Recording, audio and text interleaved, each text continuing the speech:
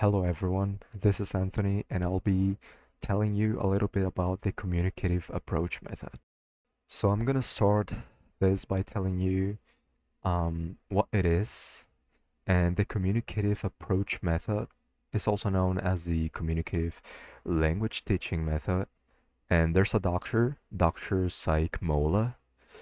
He described the method as a student-centered or a learner-centered approach in which the learner is given not only grammatical competence, but they're also given the social skill as what to say, when to say it, where, and how. This method is actually a British invention.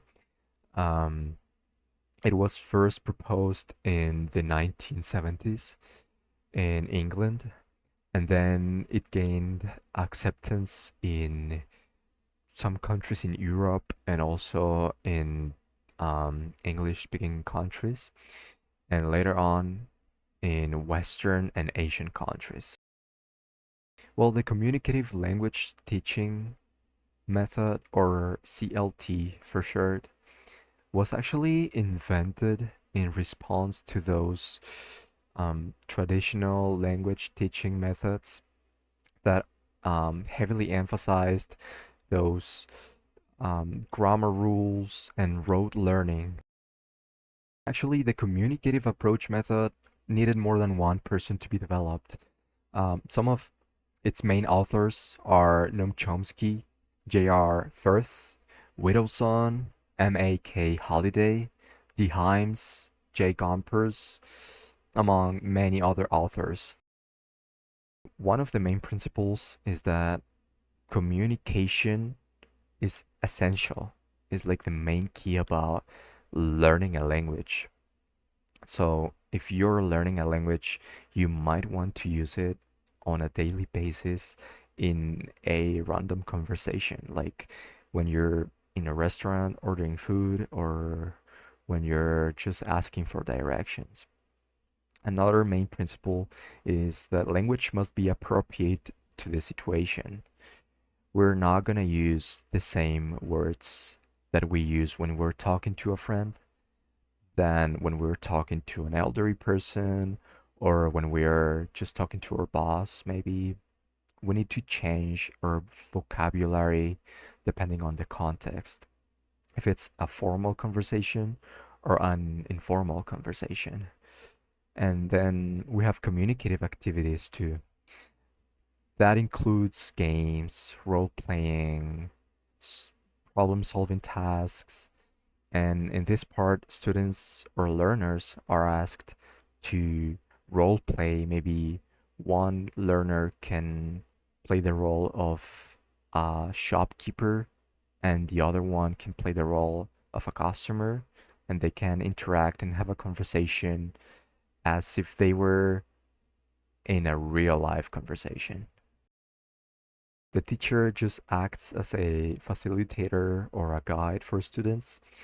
Although the teacher is the main source of the knowledge, that is just a tool for students to use when they have any questions or need to clarify anything.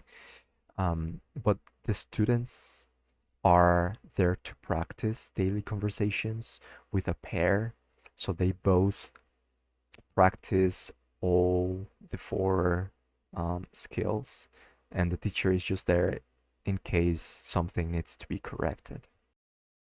One of the benefits is that it has real-world relevance. Since students are practicing all the time and having conversations, they get to know more vocabulary that they can use and can be helpful for any future conversations that they may have. Another one would be increased confidence. Like I said, they are always practicing conversations. So students are more confident when they practice this. They practice their speaking and their listening, and they will be way more confident when they're in a real live conversation. As for the challenges, one of them could be classroom management, since if you have a big class and the students are going to be working in pairs or groups, it's not gonna be that easy to manage or have control on the whole class.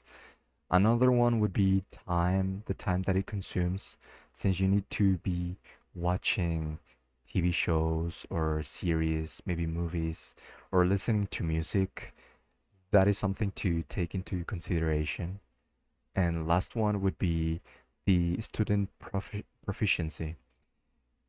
If you need to match two students, but one of them has a higher level of knowledge in the target language, then the student who has the lower level of knowledge may feel awkward or uncomfortable while practicing with the other student. That was everything that I wanted to share with you guys. Thank you so much for your time. Cedemos los derechos de transmisión a CIILA.